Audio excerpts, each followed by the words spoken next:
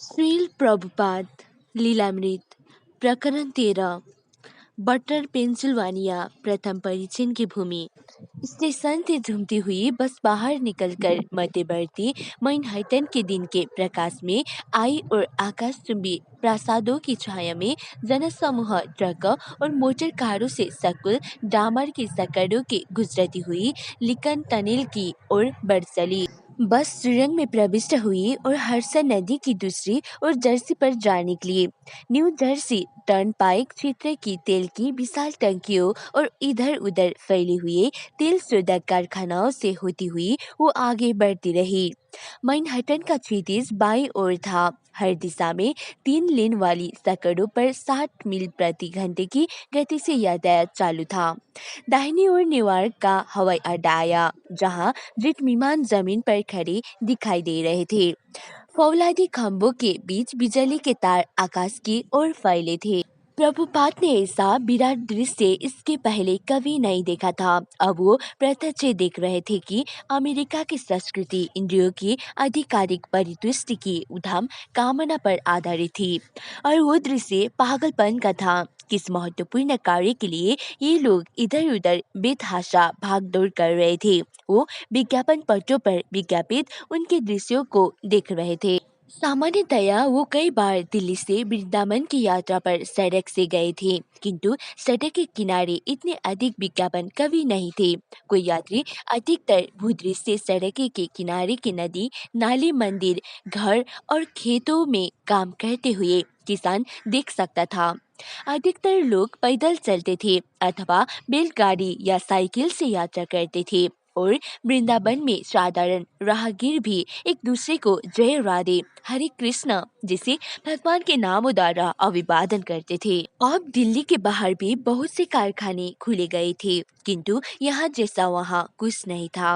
उन सब का सामूहिक प्रभाव इन पेट्रोल की टंकियों के चित्रों, दान वाकर कारखाना और जन संकुल राजमार्ग के दोनों ओर के विज्ञापन पट्टे के भौतिक प्रभाव के निकट भी नहीं पहुंचता था। मांस भोजन, अवैध यौन संबंध, मादक द्रव्य सेवन, ध्रुत क्रीड़ा जिसे पाप कर्मों का जिनका विरुद्ध प्रचार करने के लिए श्री प्रभुपाद आए थे। विस्तृत विज्ञापन पत्रों पर मील दर मील गर्व के साथ मोहक ढंग से प्रदर्शन किया गया था। सारे विज्ञापन पत्र मदिरा और सिगरेटों की बिक्री बढ़ाने के लिए लगाए गए थे। सड़क के किनारे के खान पान गृहों में टिकिया और कीमा के रूप में कटी गाय का मांस मिलता था। वस्तु चाहे जो हो, उसका विज्ञापन सामान्य कामोत्तेजक नारी चित्रों के माध्यम से किया गया था। परंतु प्रभुपाद इसके ठीक विपरीत शिक्षा देने आए थे कि सुख इंद्रिय परितुष्टि के लिए भोग से नहीं मिलता, और कृष्ण भावना मृत के शाश्वत सुख का अधिकारी कोई तभी बन सकता है जब वो उस तमोगुण से अपने आप को विरक्त कर लेता है जो पापमय कार्यों में प्रवृत्त करने वाला है। प्रभुपाद को दया आ गई। कृष्ण भावना भावित संत की दया की व्याख्या प्रहलाद महाराज ने बहुत प्राचीन काल में की थी। मैं देखता हूँ कि संत महात्मा बहुत से हैं, किंतु उनकी रुचि केवल अपनी मुक्ति में है। विशाल महानगरों या कस्बों की चिंता न करके वो मौन साधना के लिए हिमालय या वनों में चले जाते हैं। दूसरे की मुक्ति में उनकी रुचि नहीं होती। जहाँ तक मेरा संबंध है, मैं इन सब अंकित जन मूढ़ों और दुष्कर्मियों को छोड़कर अकेले ही मुक्त नहीं होना चाहता। मैं जानता हूँ कि कृष्ण भावनामृता के बिना, आपके चरण कमलों में शरण लिए बिना कोई सुखी नहीं हो सकता। इसलिए मैं उन्हें आपके चरण कमलों की शरण में वापस लाना चाहता हूँ। प्राकृतिक दृश्य क्रमशः बदलकर पेंसिल्वानिया के देहात का हो गया, और बस पहाड़ों की लंबी सुरंगों में से होकर तेजी से आगे बढ़ने लगी। रात हो गई, और जब बस एलेगनी नदी के तट पर स्थित घने औद्योगिक नगर पिट्सबर्ग के क्षेत्र में प्रविष्ट हुई, तब बहुत देर हो चुकी थी।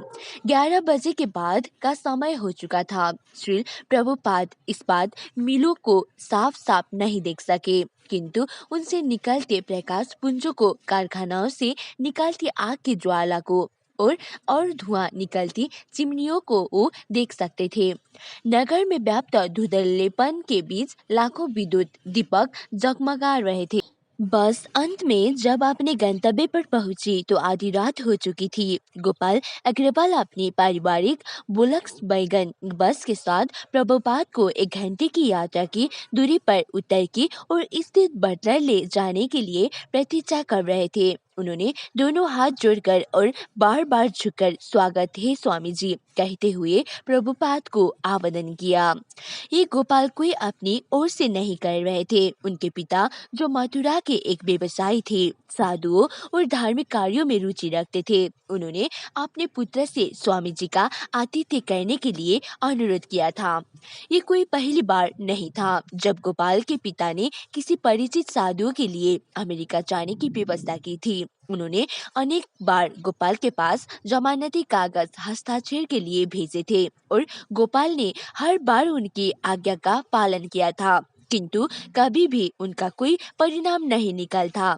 इसलिए जब इसी भक्ति वेदांत स्वामी के जमानत का पत्र आया तो गोपाल ने उस पर तुरंत हस्ताक्षर करके लौटा दिया, ये सोचते हुए कि उसके बारे में फिर कोई सूचना नहीं आई थी। किंतु ठीक 1 सप्ताह पूर्व एक पत्र आया था।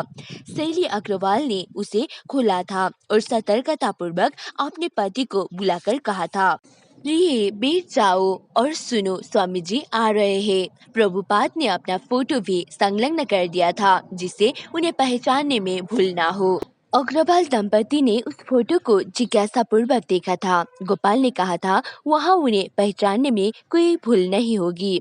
शैले अग्रवाल के कथन अनुसार अग्रवाल दंपति सीधे साधे अमेरिकी लोग थे। शैली की भेंट अपने भारतीय पति से तब हुई थी जब वो पेंसिल्वानिया में एक इंजीनियर के रूप में कार्य कर रहे थे। एक भारतीय स्वामी का वो अपने घर में क्या करेंगे। प्रभुपाद का आगमन उनके लिए एक झटके के समान था, किंतु उनको ना स्वीकार करने का प्रश्न ही नहीं था। वो गोपाल के पिता के अनुरोध से बंधे थे। गोपाल ने कर्तव्य भावना से प्रभुपाद के लिए न्यूयॉर्क से पिट्सबर्ग का टिकट खरीदा था और ये व्यवस्था की थी कि पर्यटक सहायता संस्था का प्रतिनिधि न्यूयॉर्क में उनसे मिले और उसी कर्तव्य भावना से प्रेरित होकर वो उनसे मिलने उस रात कार द्वारा आए थे। इसलिए गोपाल अग्रवाल के लिए वो क्षण संकोच, अविश्वास और विस्मय के मिश्रित भावना का था। जब अपने अतिथि को अपनी बाल्स बैगन गाड़ी में बैठाकर वो अपने घर के लिए वापस बटलर की ओर चले। 20 सितंबर नगर के पार्क में एक स्फटिक पत्थर की चट्टान पर एक पट्टिका लगी थी, बटलर पेंसिल्वेनिया जीप का घर। बटलर जहां अमेरिकी सेना के लिए 1940 ई में जीप का आविष्कार हुआ था, 20,000 की आबादी वाले एक औद्योगिक नगर के रूप में प्रसिद्ध था।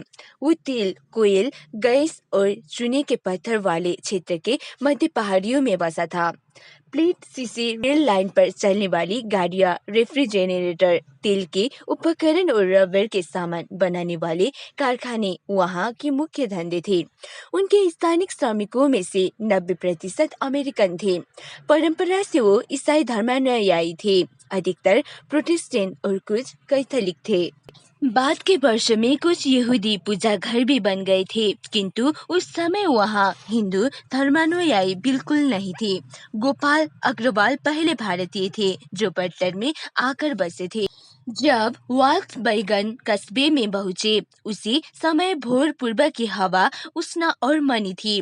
बटलर ईगल समाचार पत्र का प्रभातकालीन संस्करण इन शीर्षकों के साथ शीघ्र ही बिक्री के स्टॉल पर पहुंचने वाला था। लाल चीन की भारत पर गोलाबारी, प्रधानमंत्री शास्त्री की घोषणा की, साम्यवादी चीन संसार पर आधिपत्य जमाने को सन्नद्ध, संयुक्त राष्ट्र की मांग की, भारत और पाकिस्तान 48 घंटे में युद्ध बीमार करे।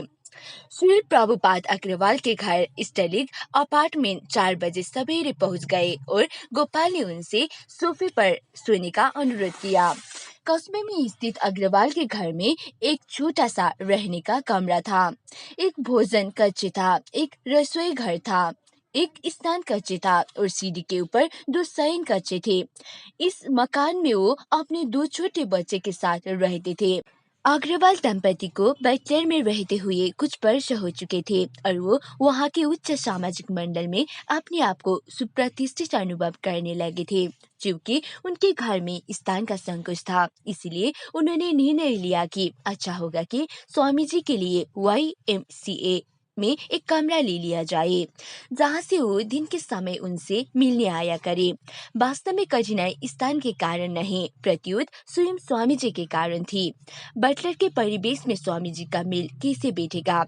वो अग्रवाल दंपति के अतिथि थे, इसीलिए अपने मित्र को और पड़ोसियों से उनके बारे में उन्हें पूरी तरह बताना होगा। श्रील प्रभुपाद अपने दर्शकों के लिए तत्काल एक उत्सुकता का विषय बन गए। उद्विग्न होकर श्रीमती अग्रवाल ने निर्णय लिया, बजाय इसके कि लोग उनके घर में निवास कर रहे गेरुआ धारी विचित्र अतिथि के विषय में तरह तरह की अटकलबाजी करे, इससे अच्छा होगा समाचार पत्रों के माध्यम से उनके विषय में बता दिया जाए। श्रीमती अग्रवाल ने अपनी योजना के बारे में प्रभुपाद को बताया तो वो हंसने लगे। वो समझ गए कि वो वहाँ के परिवेश से मेल नहीं खाते। प्रभुपाद को साथ लेकर सहेली शीघ्रतापूर्वक पीट्सबर्ग के एक समाचार पत्र के कार्यालय में गई, किंतु प्रभुपाद से साक्षात्कार करने वाले व्यक्ति की समझ में ये बात नहीं आई कि ये व्यक्ति एक रोचक कथा का विषय किस प्रकार हो सकता है। तब सहेली उन्हें स्थानीय बटलर ईगल के कार्यालय में ले गई, जहां उनकी उपस्थिति को सचमुच समाचार के योग्य माना गया। 22 सितंबर बटलर ईगल में एक विशेष लेख प्रकाशित हुआ। हिंदू धर्म के एक भक्त द्वारा प्रवाहपूर्ण अंग्रेजी में पश्चिम में आने के अपने उद्देश्य का वर्णन। अग्रवाल दंपति के घर पर एक फोटोग्राफर आया था, जिसने श्री प्रभुपाद को रहने के कमरे में खड़े हुए और श्रीमद् भागवत की खुली पुस्तक हाथ में लिए एक चित्र खींचा था। चित्र का शीर्षक था भक्ति योग का राजदूत। लेख इस प्रकार आरंभ हुआ था। हल्के भूरे रंग का एक व्यक्ति जो धूमिल केसरिया रंग के वस्त्र और सफेद नहाने के जूते पहने था, कल एक छोटी गाड़ी में से बटलर YMCA में एक सभा में सम्मिलित होने के लिए उतरा। वो है ऐसी भक्ति वेदांत स्वामी जी पश्चिम के लोगों के लिए भारत का एक संदेश वाहक। लेख में श्रीमद् भागवत को बाइबल की कोटि का साहित्य कहा गया और श्री प्रभुपाद को विद्वान शिक्षक। लेख में आगे कहा गया, स्वामी जी का कथन है, मेरा उद्देश्य लोगों को भगवत चेतना को पुनर्जीवित करना है।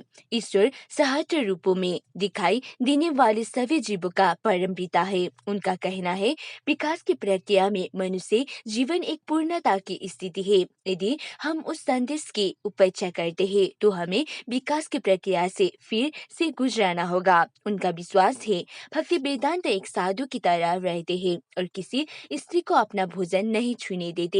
6 सप्ताह की समुद्री यात्रा में उन्होंने अपना भोजन स्वयं बनाया और बटलर में अग्रवाल के घर में भी एक पीतल के बर्तन के अलग अलग खानों में वो एक साथ चावल, सब्जियां और रोटी स्वयं पकाते हैं। वो शुद्ध शाकाहारी है और केवल दूध पीते हैं, जिसे वो बच्चों और बुड्ढों का चमत्कारी भोजन कहते हैं।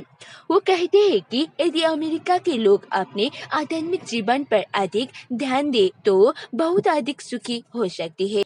अग्रवाल दंपति का इस संबंध में अपना अलग मत था। वो सोचते थे कि प्रभुपाद अमेरिका में अपनी पुस्तकों के लिए धन संग्रह करने आए हैं और इससे अधिक उन्हें कुछ नहीं करना था। उन्हें विश्वास था कि प्रभुपाद को किसी ऐसे व्यक्ति को पाने की आशा थी जो उनके श्रीमद् भागवत के प्रकाशन में सहायक हो सके और उन्हें अनुयायियों की कामना नहीं थी। कम से कम अग्रवाल दंपति को आशा थी कि प्रभुपाद अपनी और लोगों का ध्यान आकृष्ट करने वाला कोई कार्य नहीं करेंगे। उनकी समझ में प्रभुपाद के भी आंतरिक इच्छा यही थी। उन्होंने कोई हलचल नहीं पैदा की। शैली अग्रवाल कहती है, वो किसी प्रकार की भीड़ इकट्ठा करना नहीं चाहते थे। वो केवल अपनी पुस्तकों के प्रकाशन के लिए धन चाहते हैं। प्रभुपाद संभवतः अपने मेजबान अग्रवाल दंपति की बेचैनी समझ रहे थे, इसीलिए उनका मन रखने के लिए उन्होंने अपने आप को ज्यादा उजागर नहीं होने दिया। किंतु प्रभुपाद के अनुरोध पर श्रीमान अग्रवाल ने लोगों के लिए अपना घर हर रात को 6 बजे से 9 बजे तक खुला रखना स्वीकार कर लिया। शैली। हमारे घर जो लोग आने लगे वो नितांत बुद्धिजीवी वर्ग के लोग थे और वो प्रभुपाद पर मुग्ध थे। उन्हें ज्ञान नहीं था कि वो उनसे क्या पूछे। वो अल्पज्ञ थे। ऐसा लगता था कि मानो पुस्तकें से एक स्वप्न साकार हो गया हो। कौन आशा कर सकता था कि पेंसिल्वानिया के बटलर में किसी के रहने के कमरे में उसकी भेंट एक स्वामी से होगी। सचमुच ये मध्य वर्गीय अमेरिका के मध्य में एक विस्मयकारी घटना थी। मेरे माता पिता बहुत दूर से उनसे मिलने आए। पिट्सबर्ग में हमारी जान पहचान बहुत से थी और वो सभी उनसे मिलने आए। प्रभुपाद को इस तरह यहाँ अपने मध्य पाना बहुत ही असामान्य बात थी, किंतु उनके प्रति जो वास्तविक अभिरुचि प्रदर्शित की जा रही थी वो केवल जिज्ञासावश थी। उनके पास एक टाइपराइटर था जो उनकी अत्यल्प संपत्ति का एक भाग था। इसके अतिरिक्त उनके पास एक छाता था। ये एक ऐसी वस्तु थी जिससे लोगों में सनसनी पैदा हो गई कि वो अपने पास हमेशा एक छाता रखते हैं। मौसम कुछ ठंडा था और उनके सिर के बाल झड़ रहे थे, इसलिए वो हमेशा सिर पर टोपी लगाते थे जो तैरने वाली टोपी से मिलती जुलती थी और जिसे किसी ने उनके लिए तैयार किया था। ये एक प्रकार की सनसनी थी और प्रभुपाद इतने कुशाग्र बुद्धि वाले थे कि यदि वो किसी को दोबारा देख लेते थे तो उन्हें स्मरण हो जाता था कि वो कौन है। वो बहुत प्रभावशाली व्यक्ति थे। यदि वो किसी को एक बार हमारे कमरे में देख लेते और फिर उसे किसी मोटर गाड़ी में देखते तो उसका नाम उन्हें तुरंत याद आ जाता और वो उसका नाम लेकर उसे अभिवादन करते। वो प्रतिभाशाली थे। सभी लोग उन्हें चाहने लगे थे। वो विस्मय विमुग्ध थे कि प्रभुपाद कितने तीक्ष्ण बुद्धि वाले थे। जिस बात से लोग बसीभूत थे वो ये थी कि प्रभुपाद को उनके नाम याद हो जाते थे और उनका ढंग बहुत परिहासम था। वो हमेशा बहुत गंभीर दिखाई देते थे, किंतु वो बहुत परिहास प्रिय व्यक्ति थे। उनकी मुद्रा भयोत्पादक थी, किंतु वो बड़े मनमोहक थे।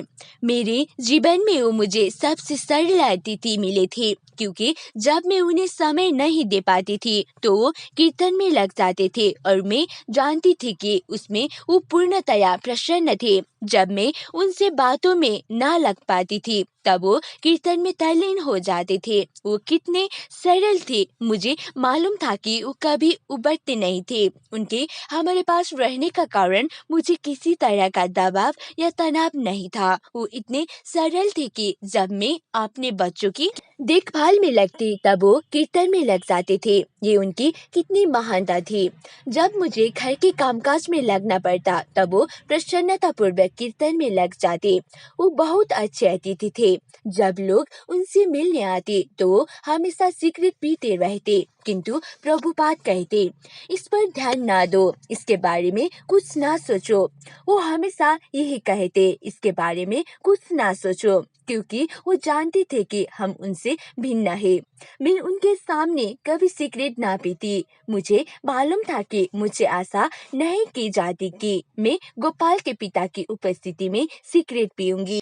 मैं प्रभुपाद को भी उन्हीं के समान समझती थी। वो किसी के लिए कभी कोई समस्या नहीं उत्पन्न करते थे। एक दिन संध्या समय एक आगंतुक ने प्रभुपाद से पूछा, ईसा महर्षि के बारे में आपके क्या विचार है? और प्रभुपाद ने उत्तर दिया, वो ईश्वर के पुत्र है। और तब उन्होंने आगे जोड़ा कि वो स्वयं भी आज तक भी ईश्वर के पुत्र है। हर एक को ये सुनकर संतोष हुआ कि प्रभुपाद ईसा मसीह को ईश्वर का पुत्र मानते हैं। गोपाल, उनका उद्देश्य ये नहीं था कि आप अपनी जीवन शैली को बदल दे। उन्होंने किसी से ये नहीं कहा कि तुम शाकाहारी बन जाओ। वो केवल इतना ही चाहते थे कि आप अपने मत का अनुसरण करें, किंतु अच्छे इंसान बने। उन्होंने इस बात पर बल नहीं दिया कि हमें बहुत सी चीजें छोड़ देनी चाहिए। श्री प्रभुपाद नियमित दैनिक समय सारणी का पालन करते थे। प्रतिदिन प्रातःकाल वो YMCA से 6-7 ब्लॉकों का पार करते हुए स्त्रीलिंग अपार्टमेंट तक टहलते जाते थे और वहां लगभग 7 बजे पहुंचते थे। जब वो न्यूयॉर्क में पहले पहल उतरे थे तो उनके सामने एक बड़ी पोटली थी जिसमें जई के चापतिया जैसा सूखा खाद्यान्न बना था। ये खाद्यान्न कई सप्ताहों के लिए पर्याप्त था और हर दिन प्रातःकाल वो दूध के साथ उसमें से थोड़ा सा नाश्ते के रूप में ले लेते थे। 7:45 बजे गोपाल अपने काम पर चले जाते थे और 9:30 बजे के आसपास प्रभुपाद रसोई घर में अपना दोपहर का भोजन बनाने में लग जाते थे। वो बिना बेलने के ही अपने चपातियाँ हाथ से बना लेते थे। वो अकेले 2 घंटे भोजन बनाने में लगाते थे। तब श्रीमती अग्रवाल अपने घर के कामकाज और बच्चे की देखभाल में लगी होती थी। 11:30 बजे वो प्रसाद ग्रहण करते थे। शैली जब प्रभुपाद भोजन बनाते तो वो केवल एक बर्तन उपयोग में लाते थे। सबसे नीचे के बर्तन से भाप बनती थी, उसमें वो दाल रखते थे और उसमें जो भाप बनती उसमें बहुत सी अन्य सब्जियां पक जाती थी। इस तरह एक सप्ताह तक वो अपना दोपहर का पूरा भोजन बनाते रहे जो 11:30 बजे तक तैयार हो जाता था और गोपाल हमेशा लगभग 12 बजे लंच के लिए घर आते थे। मैं गोपाल को खाने के लिए सैंडविच देती और वो काम पर वापस लौट जाते, किंतु मुझे ये अनुभव करने में देर नहीं लगी कि जो भोजन स्वामी जी बनाते थे वो हम लोगों के भी रुचिकर होगा। इसीलिए वो हम सभी के लिए दोपहर का भोजन तैयार करने लगे। वो और हमें उसमें कितना आनंद आने लगा। हम जो कुछ अमेरिका के विषय में जानते थे उसे स्वामी जी को दिखाने में हमें बड़ा उसी चीजें पहले कभी नहीं देखी थी। उन्हें सुपर बाजार ले जाने में हमें कितना मजा आता। उन्हें भिंडी या बर्फ से जमी सेमों की पोटली खोलने में आनंद आता और उन्हें सेमों को न तो साफ करना पड़ता न काटना पड़ता। वो नीचे फ्रिज खोलते और उसमें से अपनी पसंद की वस्तुएं निकाल लेते। उन्हें इसे काम करते देखने में हमें मजा आता। जब मैं वैक्यूम क्लीनर से घर की सफाई करती तो सोफे पर बैठे रहते। उन्हें उसमें बड़ी रुचि थी। हम देर तक वैक्यूम क्लीनर के बारे में बातें करते रहते। स्वामी जी कितने मजेदार पुरुष थे। इस तरह स्वामी जी नित्य दोपहर का भोजन बनाते और हर चीज बनाने में उन्हें मजा आता। हम लोगों को भोजन बहुत रुचिकर लगता। मैं चीजों का काटने में उनकी मदद करती। वो उन्हें मसालेदार बनाते और हम हंसते थे। वो बहुत मजेदार आदमी थे, बहुत ही मजेदार। थोड़े ही समय में मैं अपने आप को उनकी पुत्री जैसी अनुभव करने लगी। वो जैसे मेरे ससुर हो। वो मेरे ससुर के मित्र थे, किंतु मैं उनसे बहुत निकटता अनुभव करने लगी। उन्हें हर चीज में आनंद आता। वो मुझे बहुत पसंद थे। मुझे लगा कि उनका प्रभाव महान था। दोपहर के भोजन के पश्चात 1 बजे के आसपास प्रभुपाद YMCA लौट जाते, जहाँ जैसा कि अग्रवाल दंपति ने लक्ष्य किया था। वो 5 बजे तक अपना लिखने का काम करते रहते। वो लगभग 6 बजे शाम को फिर उनके पास आते। तब तक वो लोग शाम का खाना खा चुके होते। वो लोग मांस खाते थे, इसलिए श्रीमती अग्रवाल सावधान थी कि प्रभुपाद के आने के पहले पूरी सफाई कर दी जाए। एक दिन जब वो रात में कुछ जल्दी आ गए तो श्रीमती अग्रवाल बोली, ओ स्वामी जी, हमने अभी मांस पकाया है, इसकी गंध आपको बहुत अप्रिय लगेंगी। स्वामी जी ने उत्तर दिया, ओ इसके बारे में बिल्कुल ना सोचो, बिल्कुल ना सोचो। संध्या समय स्वामी जी आगंतुकों से वार्ता करते। आगंतुक सामान्यतया काफी पीते और अन्य चीजें खाते, पर स्वामी जी 9 बजे के लगभग केवल एक गिलास गर्म दूध लेते। वो 9:30 या 10 बजे तक बातें करते रहते और तब श्रीमान अग्रवाल उन्हें अपनी गाड़ी से YMCA वापस पहुंचा देते। प्रभुपाद प्रतिदिन अपने कपड़े भी धोते थे। वो अग्रवाल दंपति के स्नानघर में अपने कपड़े धोते और सूखने के लिए उन्हें बाहर टांग देते। कभी कभी वो अग्रवाल दंपति के साथ धुलाई घर ये देखने के लिए जाते कि अमेरिका के लोग कपड़े किस तरह धोते और सुखाते हैं। शैली को ऐसा लगता था कि प्रभुपाद अमेरिका के लोगों और उनके तौर तरीकों में बड़ी रुचि रखते थे। शैली। हमारा लड़का ब्रिज 6 या 7 महीने का था जब स्वामी जी हमारे यहाँ आते थे और भारतीय लोग लड़कों को प्यार तो करते ही हैं। स्वामी जी को ब्रिज बहुत प्रिय था। जब ब्रिज पहली बार खड़ा हुआ तो उस समय स्वामी जी वहाँ उपस्थित थे। जब ब्रिज ने पहली बार खड़ा होने का प्रयत्न किया और वो सफल हुआ तो स्वामी जी उठकर खड़े हो गए और तालियां बजाने लगे। वो एक उत्सव बन गया। एक बार जब हमारे बच्चे ने स्वामी जी के जूतों में दांत गड़ा दिए तो मैंने सोचा वो ये जूते हैं जो सारे भारत में घूमे हैं और मेरा बच्चा उन्हें चबा रहा है। आप जानते हैं कि किसी माँ को ये कैसा लगेगा। स्वामी जी लगभग हर दिन रात में हमारे एक निकट के पड़ोसी के घर के पीछे के आंगन में बैठा करते थे। हम कभी कभी उनके साथ बैठते या फिर अपने कमरे में रहते।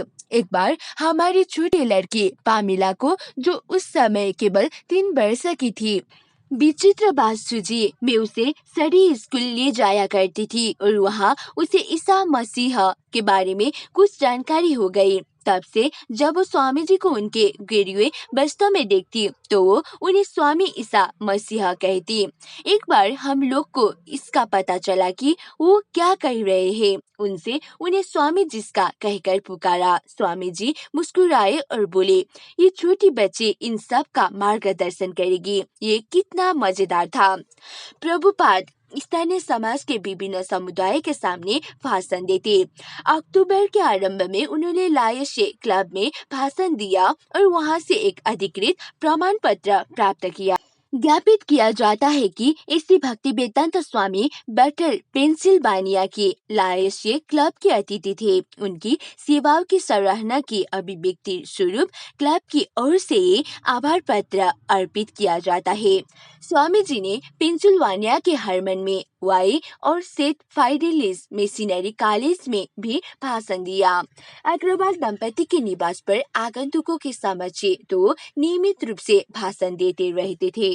जब स्पिलबरी रॉक स्टेट कॉलेज में दर्शन विभाग के अध्यक्ष प्रोफेसर लार्सन ने बटलर ईगल में एक भारतीय स्वामी एवं वैदिक विद्वान के आगमन के संबंध में पढ़ा तो अग्रवाल दंपति के घर पर फोन किया कि प्रभुपाद उनके कॉलेज में आए और भाषण दे। एलन लार्सन, मैंने लेख में दिए गए नंबर पर फोन किया किंतु ज्ञात हुआ कि स्वामी जी वास्तव में YMCA के एक कमरे में ठहरे हैं। जब मैं उन्हें लेने पहुंचा तब वो सड़क के कोने पर प्रतीक्षा कर रहे थे और मैंने उन्हें साथ ले लिया। वो अत्यंत एकाकी लग रहे थे। जब हम कार में स्पिलबरी रॉक की ओर जा रहे थे तो मैंने उनसे अपना नाम बोलने के लिए अनुरोध किया जिसे मैं अपनी कक्षा को उनका परिचय देते हुए उसका ठीक उच्चारण कर सकूं। वो बोले, स्वामी जी भक्ति वेदांत। फिर आगे उन्होंने बताया कि उसका अर्थ क्या था, क्योंकि मुझे भारतीय नामों का अभ्यास नहीं था, इसीलिए उन्हें अपने नाम का उच्चारण कई बार करना पड़ा जिससे मैं उसे सही सही जान सकूं। मेरे धीमेपन के प्रति उन्होंने कोई अधीरता नहीं प्रकट की। अपने साहचर्य के इस पारंपरिक संगम पर ही मुझे ये विश्वास हो गया कि इस व्यक्ति में आंतरिक स्थिरता और शक्ति है जिसे हिला पाना बहुत कठिन होगा और ये प्रारंभिक धारणा उस व्यस्त दिन में अधिकाधिक बलवती होती गई। जिस समय प्रभुपाद अपने सहज पूर्वाभ्यासहीन ढंग में गलियारे से चलकर काठ के 3 सीढ़ियां चढ़े और सादे लड़की के मंच पर पहुंचे, उस समय उनका भाषण सुनने के लिए विभिन्न कक्षाओं के लगभग 100 छात्र इकट्ठा हो गए थे। वो पालथी मारकर सीधे बैठे गए और आंखें मूंदकर कोमल सुर में हरे कृष्ण गाने लगे। तब वो खड़े हुए और बिना किसी डेस्क या माइक में भाषण दिया और श्रोताओं के प्रश्नों के उत्तर दिए। ये कार्यक्रम केवल 50 मिनट चला और अगली कक्षा की पढ़ाई की सूचना देने वाले घंटे के बजने के साथ एकाएक समाप्त हो गया। एलन लार्सन, पहली कक्षा के पश्चात मैंने बाहर परिसर के लान में एक बेंच पर बैठकर स्वामी जी से संक्षिप्त बातचीत की। अधिकांशतः जब वो स्वयं न बात करते होते तब वो एक छोटी सी प्रार्थना दोहराते रहते और उंगलियों से जप माला फेरते रहते। वो पालथी मारकर बैठे थे और हम लोग आगे पीछे की बातें कर रहे थे। उन्होंने कहा कि हमारे चारों तरफ से वृक्षे बहुत सुंदर थे और पूछा, ये किस प्रकार के वृक्षे हैं? मैंने उत्तर दिया, वो वृक्षे छाया के लिए है। तब वो बोले, ये बहुत खराब बातें है कि वो फलदार या गिरीदार वृक्ष नहीं है जिसे लोगों को भोजन और लाभ प्राप्त हो सके। 1 बजे प्रभुपाद का भाषण फिर हुआ। उसके बाद वो कॉलेज के अध्यापक और भाषण के समय उपस्थित डा मोहन शर्मा और उनकी 16 वर्षीय पुत्री मिनी के साथ परिसर में स्थित उनके आवास पर गए। वहाँ उन्होंने गर्म दूध और सूखे फल ग्रहण किए और डा शर्मा के प्रार्थना पर उनके परिवार को आशीर्वाद दिया और मंगल कामना स्वरूप उनकी लड़की के मस्तक का स्पर्श किया। 3 बजे के लगभग प्रो लार्सेन कार द्वारा उन्हें बेटलर पहुंचा गए। एलन लार्सेन स्वामी जी अपने आप को एक भारतीय विद्वान के रूप में प्रस्तुत करते प्रतीत होते थे, जो अपना अनुवाद कार्य करने के लिए मानो थोड़े समय के लिए आए हो। मैंने धर्म प्रचारक के रूप में उनके बारे में कभी नहीं सोचा, लेकिन उस दिन के दौरान इस व्यक्ति के प्रति मेरे अंदर हार्दिक स्नेह उत्पन्न हुआ, क्योंकि निश्चित ही वो एक साधु पुरुष थे जिसने स्थिरता और शांति जैसे दुर्लभ गुण प्राप्त कर लिए थे। पेंसिल्वानिया के भाषणों से प्रभुपाद को आभास हो गया कि उनके संदेश का अमेरिका में किस तरह स्वागत होगा। बोस्टन के कॉमनवेल्थ घाट पर उन्होंने अपनी कविता में कहा था, मुझे विश्वास है कि जब ये दिव्य संदेश उनके हृदय में प्रवेश करेगा तब वो निश्चय ही प्रसन्नता का अनुभव करेंगे और जीवन की सभी दुखद अवस्थाओं से मुक्ति पा जाएंगे। अब इस सिद्धांत का उस क्षेत्र में वास्तविक परिचय हो रहा था। क्या वो समझ सकेंगे? क्या उनमें रुचि थी? क्या वो समर्पण करेंगे? 15 अक्टूबर श्री प्रभुपाद को बम्बई से श्रीमती मुरारजी का एक पत्र मिला। पूज्य स्वामी, गत मास की 14वीं तारीख को लिखा आपका पत्र प्राप्त हुआ और मुझे ये जानकारी प्रसन्न है कि आप संबंधी बीमारी झेलने के पश्चात सुरक्षित अमेरिका पहुंच गए हैं। आपके अभिवादनों और आशीर्वचनों के लिए धन्यवाद। मैं समझती हूँ कि अब तक आप समुद्री बीमारी से पूर्णतया अच्छे हो गए होंगे और अब आपका स्वास्थ्य ठीक चल रहा होगा। ये पढ़कर प्रसन्नता हुई कि आपने संयुक्त राज्य में अपना कार्यकलाप आरंभ कर दिया है और अब तक आप कुछ भाषणें दे चुके हैं। भगवान बालकृष्ण से मेरी प्रार्थना है कि वो आपको अभीष्ट शक्ति दे, जिसे आप श्रीमद् भागवत का संदेश लोगों तक पहुंचा सके।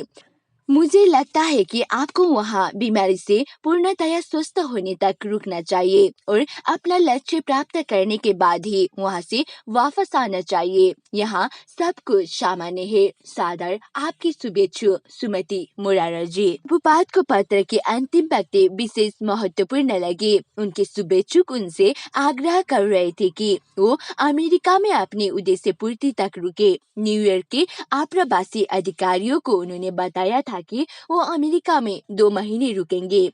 बटलर में 1 महीने के लिए मेरी जामीन है। उन्होंने सोचा, उसके बाद कोई अवलंब नहीं है, अतएव मैं संभवतः 1 महीना और ठहरा सकता हूँ।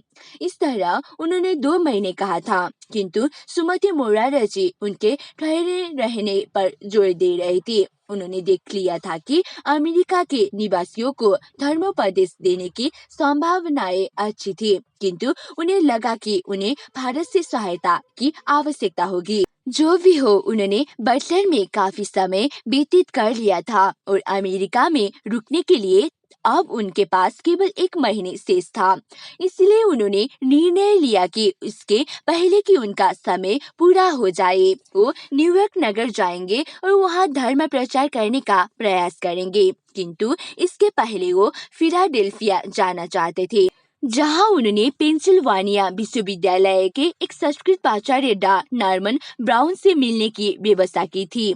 श्रीमती अग्रवाल उन्हें विदा करते समय बहुत दुखी थी।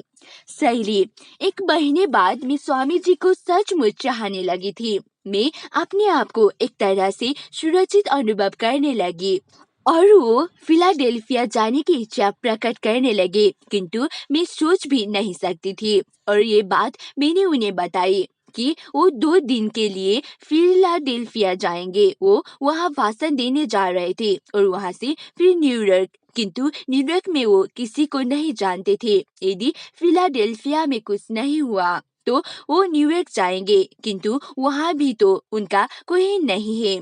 मैं कुछ सोच नहीं पा रही थी।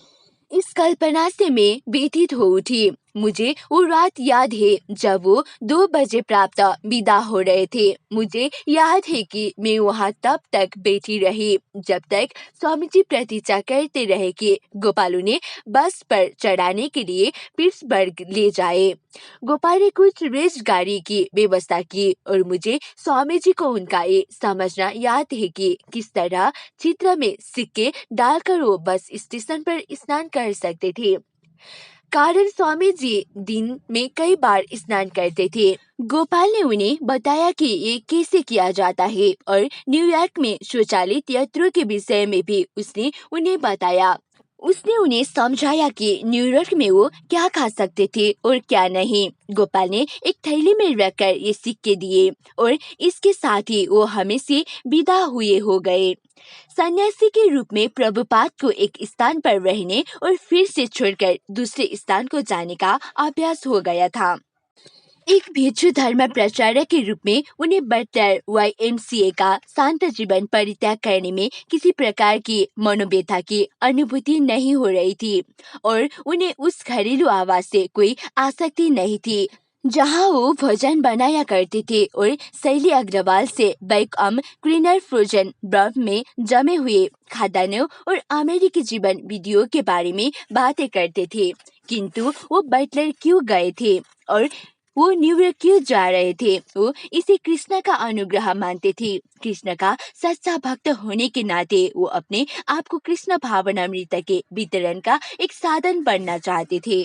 बटलर में उनका सहायक सिद्ध हुआ। उन्हें अमेरिकी जीवन का प्रथम कोटि का व्यवहारिक अनुभव प्राप्त हो गया था और उन्हें इसका विश्वास हो गया था कि उनका स्वास्थ्य ठीक है और उनका संदेश लोगों तक पहुंच सकता है। उन्हें प्रसन्न था कि अमेरिका में भारतीय शाकाहारी भोजन की आवश्यक वस्तुएं मिल सकती थी और लोग उनके अंग्रेजी समझ सकते थे। उन्हें इसका भी पता चला गया था कि इधर उधर दिए गए एक भाषण का महत्व सीमित था और यद्यपि वहाँ के जड़बद्ध धर्म की ओर से उनका विरोध होगा, किंतु व्यक्तिगत रूप से वहाँ के लोग उनका भाषण सुनने में रुचि रखते थे। 18 अक्टूबर को बटलर से फिलाडेल्फिया होते हुए न्यूयॉर्क के लिए रवाना हुए।